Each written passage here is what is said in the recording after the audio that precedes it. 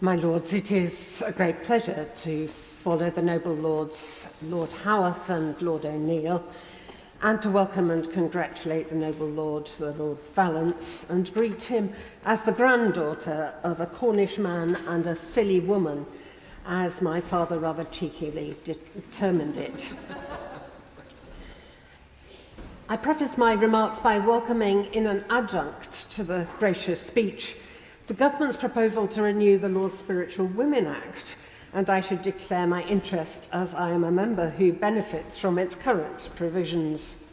But it is in the area of modern slavery that I would wish to focus my remarks this evening, as in labour exploitation that we have seen increasingly in the areas of agriculture, domestic work and social care, that there is growth that we should not seek and indeed need to guard against. As my Lords know, modern slavery is a crime which affects every community in the UK. It's not a niche issue. It's estimated that 130,000 people are held in modern slavery in our country today, and we are used to hearing about day-to-day transactions where there is exploitation in car washes or manicurists, or increasingly, and this is where I focus, in accessing social care. I must start this debate with a belief in the inherent dignity of work and the right of all workers to receive fair payment for their labour free from exploitation. I applaud the work of many members of this House and the former government for their genuine commitment to tackling this terrible crime. The 2015 Modern Slavery Act was by no means a perfect piece of legislation, but it signalled real political intent. We have a world-leading national referral mechanism which supports thousands of victims every year. I am proud of the progress that the UK has made. But while there is much to applaud, there has been concerning development as well. The Nationality and Borders Act, the Illegal Migration Act, and most recently the Safety of Rwanda Act have all put victims of modern slavery at further risk. This is particularly true where migrant victims are imprisoned, often due to criminal exploitation, and can be subject to a public order disqualification. Could the noble Lord the Minister tell the House what the plans are for these various pieces of legislation as they affect migrant victims of modern slavery? And if he cannot do so now, will he commit to do so in the future?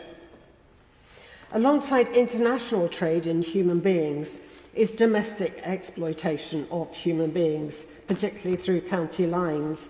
And I applaud the ambition to introduce a new offence for criminal exploitation of young people. The need for a clear definition of child criminal exploitation is something for which I and many on these benches supported before in this House. However, I am disappointed to see that modern slavery was not directly referenced at all in the gracious speech. Now, several noble Lords have mentioned shortages of labour in various sectors, and as many have said, nowhere is this more acute than in our social care sector, to which we entrust the lives and well-being of some of the most vulnerable in our society. Last year, nearly 1 in 10 roles in adult social care stood vacant. There is clearly an acute need for a clear strategy to fill vacancies and deal with issues of recruitment and retention in the workforce. However, it is unacceptable that gaps in the social care sector have led to a rise in labour exploitation. We've recently seen reports that modern slavery is surging in this sector, with nearly 1 in 5 potential victims calling the Modern Slavery Helpline working in social care. Restricted temporary work visas are creating the conditions for labour exploitation, especially as anyone on a health and care or skilled worker visa has just 60 days to obtain a new visa, during which time they have no access to public funds. To tackle exploitation, we should start by making work visas more flexible so that workers are not trapped in exploitative conditions. Work must have dignity and give people purpose. I applaud the government's ambition to strengthen workers' rights and will continue to seek reassurance that we will end the abhorrent practice of modern slavery for good. Yeah.